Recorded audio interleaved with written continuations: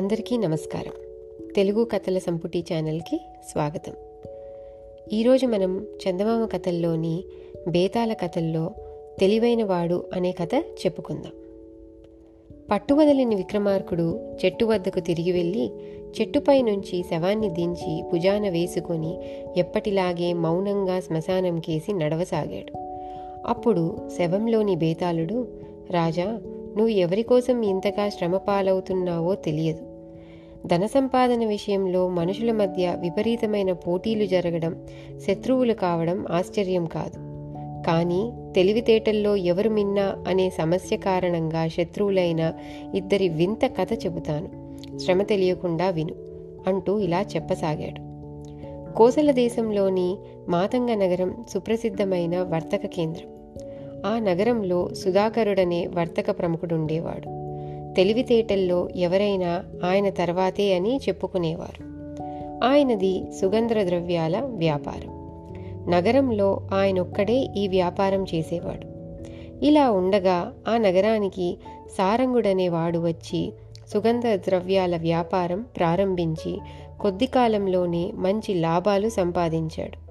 ఇతడి పోటీ మూలంగా సుధాకరుడి వ్యాపారం కొద్దిగా దెబ్బతిన్నది. అయితే సుధాకరుడు మాత్రం ఎన్నడూ సారంగుడిని లెక్క చేయలేదు. అతడితో పరిచయాన్ని కూడా ప్రయత్నించలేదు. ప్రతి సంవత్సరం అరబ్బు దేశాల నుంచి కొందరు వర్తకులు వచ్చి సుధాకరుడి వద్ద భారీ ఎత్తున సుగంధ ద్రవ్యాలు కొనుక్కొని వెళ్ళేవారు. ఈ వర్తకుల వల్ల సుధాకరుడికి 2 విధాలుగా గిట్టుబాటయ్యేది. ఒకేసారి ఎక్కువ సరుకు అమ్ముడు కావడము, అధిక లాభాలు.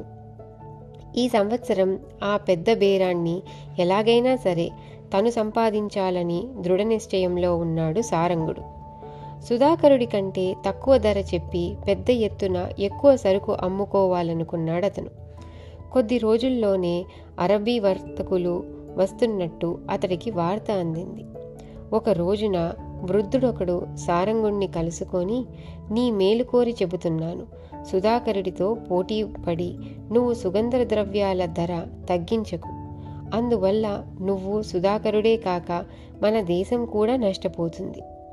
సుధాకరుడు మంచి మనిషి. మీరిద్దరూ కలిసి మాట్లాడుకొని వచ్చే అరబ్బు వర్తకులకు చెరిసగం సరుకు అమ్మడం ఇద్దరికీ శ్రేయస్కరం అన్నాడు. సారంగుడు నవ్వి, నిన్ను సుధాకరుడు పంపాడా? ఆయనకు తన తెలివితేటల మీద గురి తప్పి నా తెలివితేటలకు భయపడుతున్నాడన్నమాట అన్నాడు.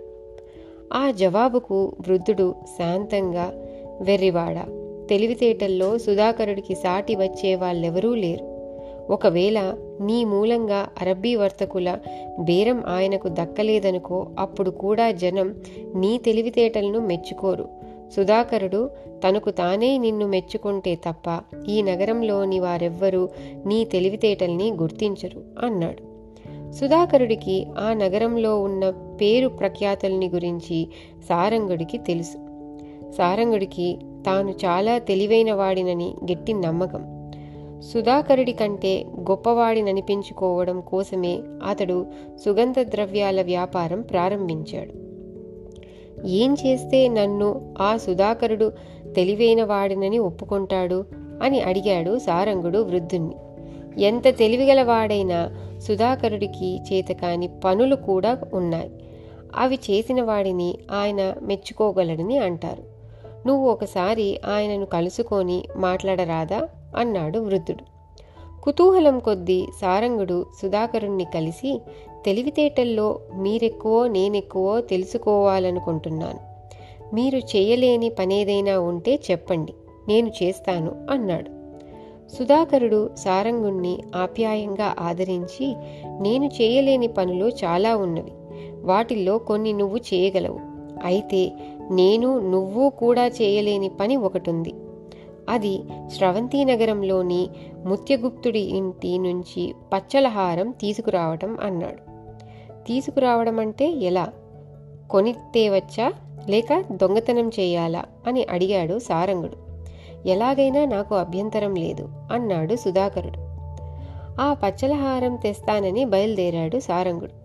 2 రోజుల ప్రయాణం తరువాత అతడు స్రవంతి నగరం చేరాడు. అక్కడి ప్రముఖ వర్తకుల్ని ఎందరినడిగినా వాళ్ళు ముత్యగుప్తుడి ఆచూకీ చెప్పలేకపోయారు.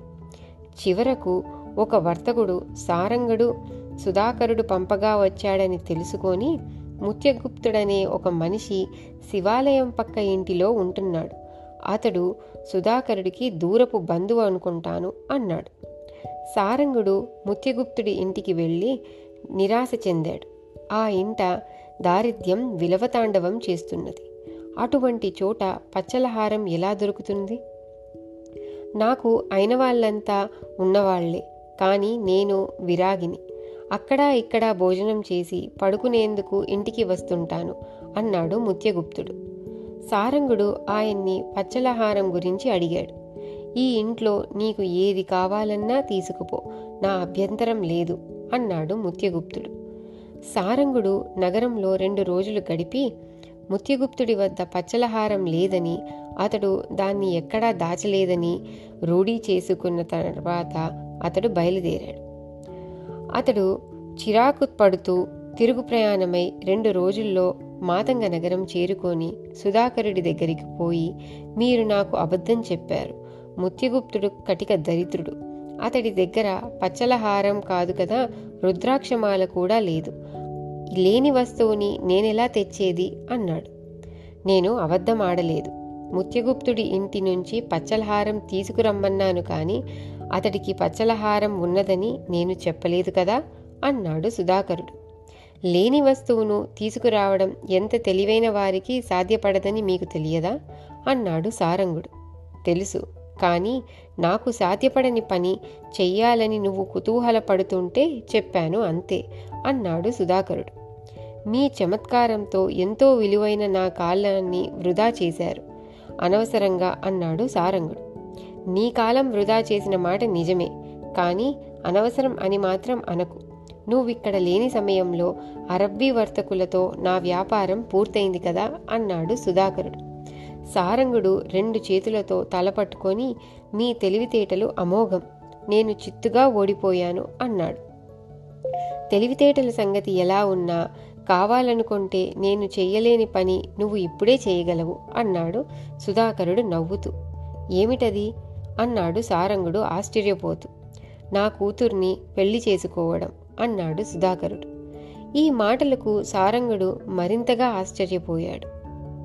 బేతాళుడు ఈ కథ చెప్పి, రాజా, సుధాకరుడు అన్నట్టు నిజంగానే సారంగుడు ఆయనకన్నా తెలివైన వాడైతే పచ్చలహారం పేరుతో సుధాకరుడు పన్నిన వలలో ఎందుకు పడ్డాడు? దాన్ని ముందుగానే ఎందుకు గ్రహించలేకపోయాడు? అటువంటి వాణ్ణి అల్లుడుగా చేసుకో చూడడం తెలివి తక్కువతనం అనిపించుకోదా?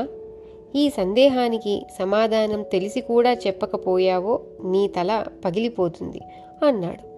దానికి విక్రమార్కుడు, సుధాకరుడు సారంగుణ్ణి తన అల్లుడుగా చేసుకోదల్చడంలో చాలా వివేకం కనపరిచాడు.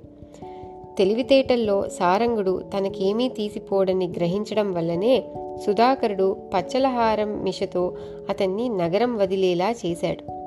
అటువంటి యువకుడు తన అల్లుడైతే వ్యాపారాన్ని మరింత సమర్థవంతంగా నడుపుతూ తన తదనంతరం కూడా అది తన కుటుంబీకులకే స్థిరపడేలా చేయగలడని సుధాకరుడి నమ్మకం. ఇక సారంగుడిలో ఉన్న ముఖ్యమైన లోపం మాట, ఎవరైనా సరే తన తెలివితేటల్ని తన బతుకు తెరువుకు ఉపయోగించుకున్నంతకాలం నష్టం లేదు, కానీ ఎదుటివాడి కన్నా అధికుణ్ణనిపించుకోవాలన్న ఆశ పుట్టినప్పుడే మనిషి తెలివితేటలు నశించి తప్పటడుగు వేస్తాడు. తెలివైన వాడెప్పుడూ కార్యసాధనకే తప్ప ఇతరులపై ఆధిక్యత కోసం ప్రయత్నించకూడదు. సారంగుడు ఇలాంటి పొరపాటు చేయడం వల్లనే సుధాకరుడి చేతిలో ఓడిపోయాడు అని అన్నాడు. రాజుకి ఈ విధంగా మౌనభంగం కలగగానే బేతాళుడు శవంతో సహా మాయమై తిరిగి చెట్టెక్కాడు. ఇది కథ. తిరిగి ఇంకో కథతో మళ్ళీ కలుద్దాం. అంతవరకు సెలవు.